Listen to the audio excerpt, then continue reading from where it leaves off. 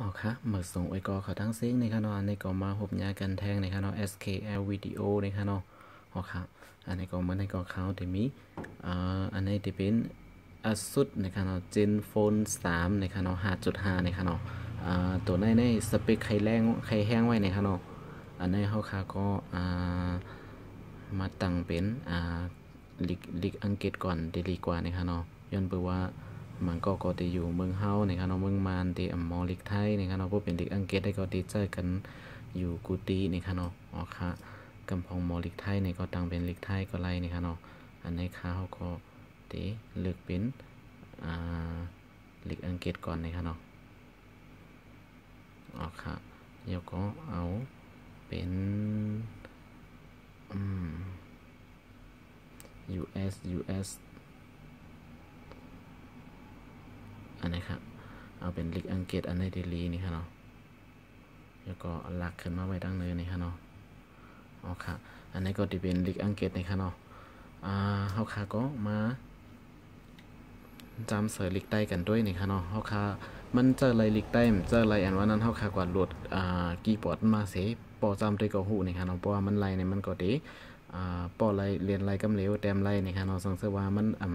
ไปอ่านลิกใต้ไล่นี่ก็พวกเฮาขาดแต้มเนี่ยมันเต็มออกลิกใต้เข้ามานี่ครับเนาะเฮาค่ะอันตั้งสุดเฮาค่ะก็กว่าที่ไปเลยสตูนี่ครับเนาะกว่าโหลด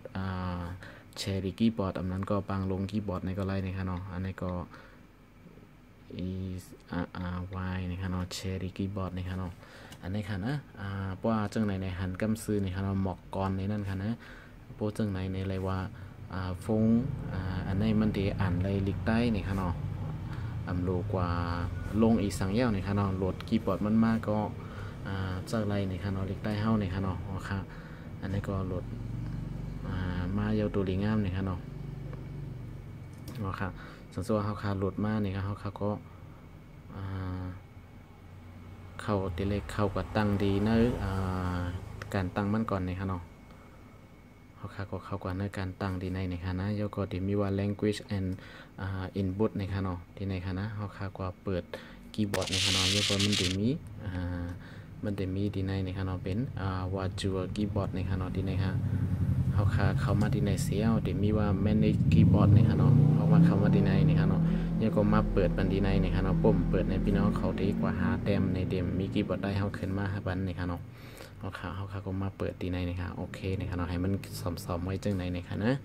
เอาค่ะว่าเขากว่าดีในเย้าในก็เขาก็มา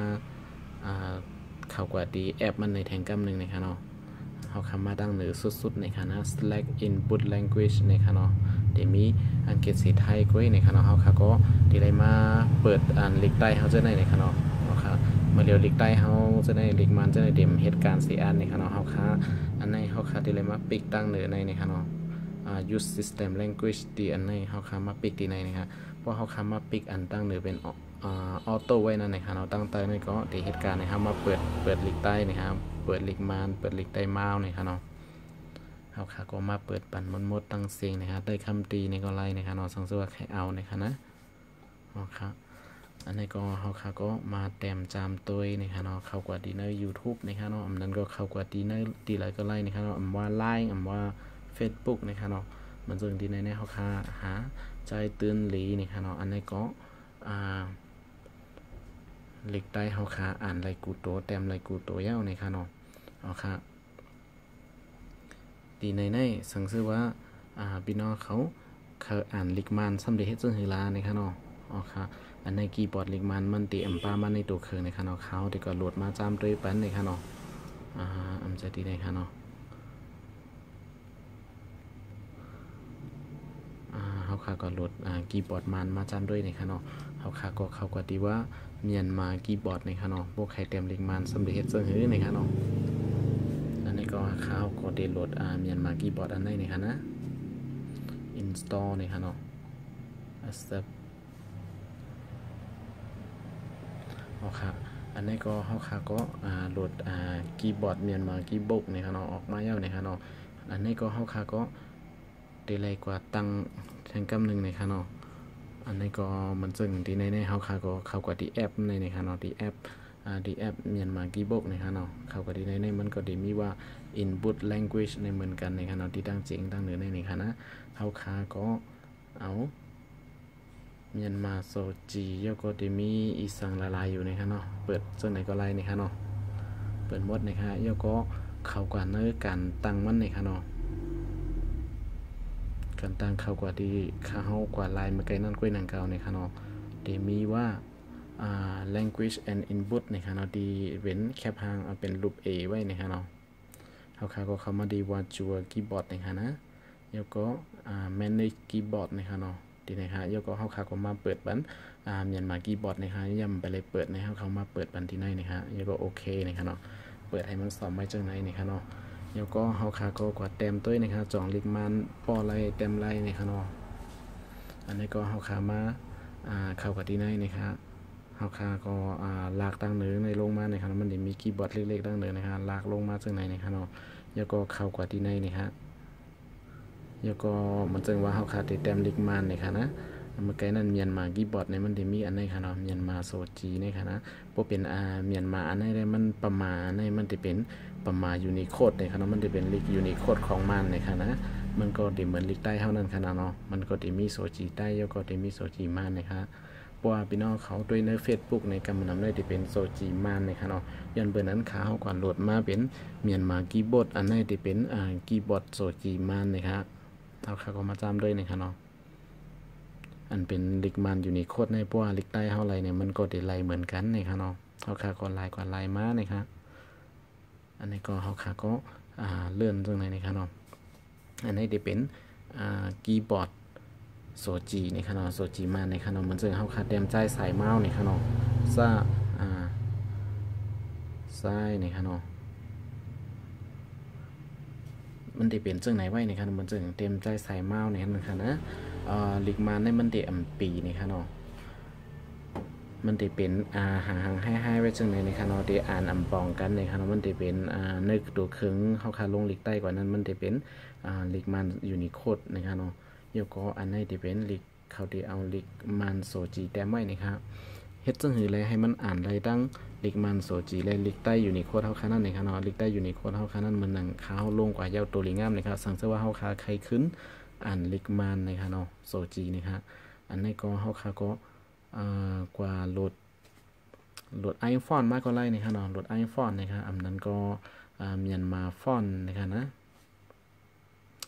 เขาว่าเอาไอฟอนที่ง่ายกว่านะครับเนาะเขาก็เข้ามาที่คีย์บอร์ดนะครับเนาะยกก็เตรียมหาไอฟอนนะครับนะเขาก็เอาไอฟอนตัวไหนนะครับเนาะ install นะครับ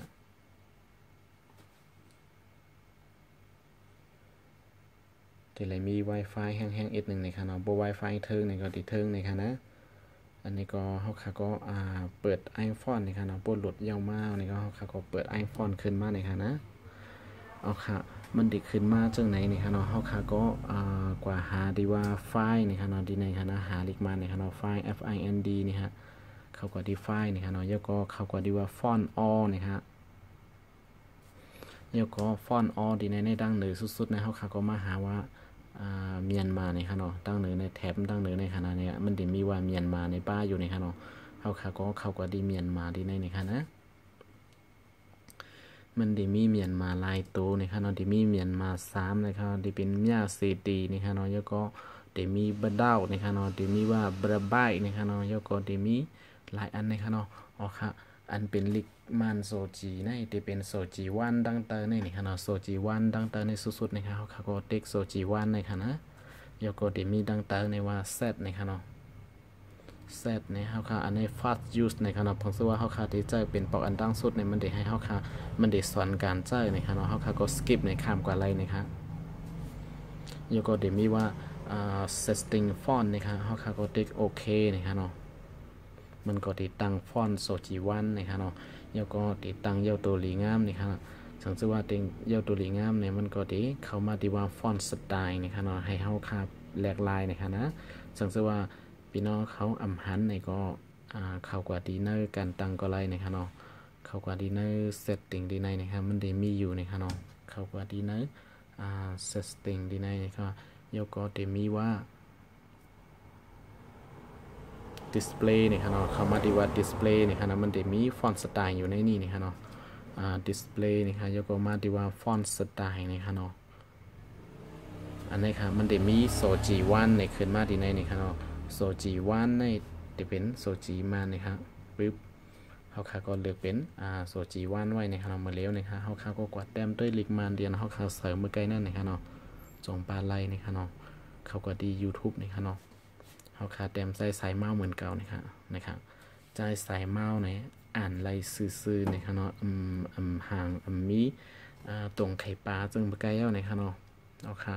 อันนี้ก็ใส่สายเมาส์ในอีสังตัวนี้ก็อ่านไล่มดลิกมันตะการลิกมันนะครับเนาะในเฟซบุ๊กในไลน์นะครับมันได้อ่านไล่เป็นลิกมันโซจีนะครับเนาะเจออันมีได้ก็มาในก็เดลาต่อได้ก็อันเป็นลิกมันกว่ามันแล้วนะครับเนาะเดี๋ยวก็สังเกตว่าพี่น้องเขาเคยขึ้นมาอ่านลิกใต้ในดีนั้นในลิกใต้เขาค่ะในอ่านอำไล่เอาค่ะนะดีไหนครับมันจะเขาเต็มกลายเป็นใจตื้นหลีอยู่สังวาเส้นนั่นนะครับเนาะลิกใต้เขาอ่านอำไล่นะครับเนาะมันจะเขาค่ะดีเต็มลิกใต้นะครับเนาะลิกใต้เขาค่ะในก็กีย์บอร์ดลิกใต้เขาก็เอาเป็นซึ่งในกว่ากำซื้อนะครับเนาะใจอำไล่นะครับสังเกตว่าพี่น้องเขาใครขึ้นเจอลิกใต้นะครับเนาะ